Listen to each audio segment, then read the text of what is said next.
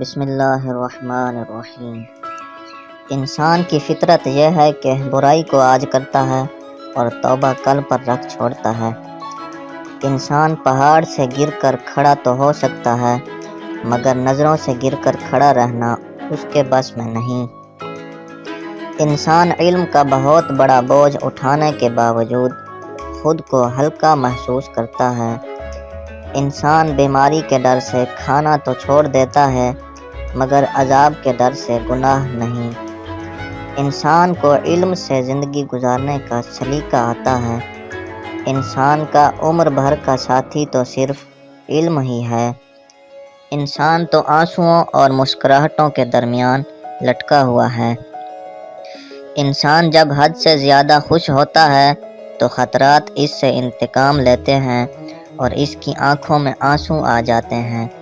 انسان کی بہترین دوست اس کی یادیں ہوتی ہیں جنہیں جدا نہیں کیا جا سکتا۔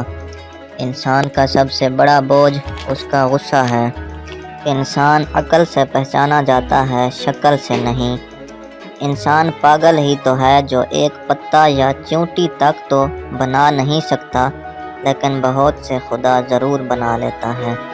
انسان کی عقل اور فہم کا اندازہ غصے کی حالت میں بخوبی لگایا جا سکتا ہے۔ انسان کے لیے اس قدر عقل ہی کافی ہے کہ وہ ہدایت و ضلالت، سعادت اور شقاوت میں فرق محسوس کر سکے۔ انسان جب پیدا ہوتا ہے تو تھوڑا سا دودھ اور تھوڑا سا کپڑا ہی کافی ہوتا ہے، مگر بڑا ہونے کے ساتھ ساتھ اس کو پوری دنیا ہی اپنے لیے کم محسوس ہوتی ہے۔ انسان کو ایک درخت کی مانند ہونا چاہیے جو خود تو دھوپ میں کھڑا رہتا ہے لیکن دوسروں کو دھوپ سے بچاتا ہے۔ انسان کو سورج کی طرح شفیق، دریا کی طرح سخی اور زمین کی طرح نرم ہونا چاہیے۔ انسان کا کردار ایک ایسی مالا ہے جس کی ایک گرہ کھل جانے سے وہ تمام موتی بکھر جاتے ہیں۔ انسان کا شیطان بن جانا اس شکست کی مانند ہے۔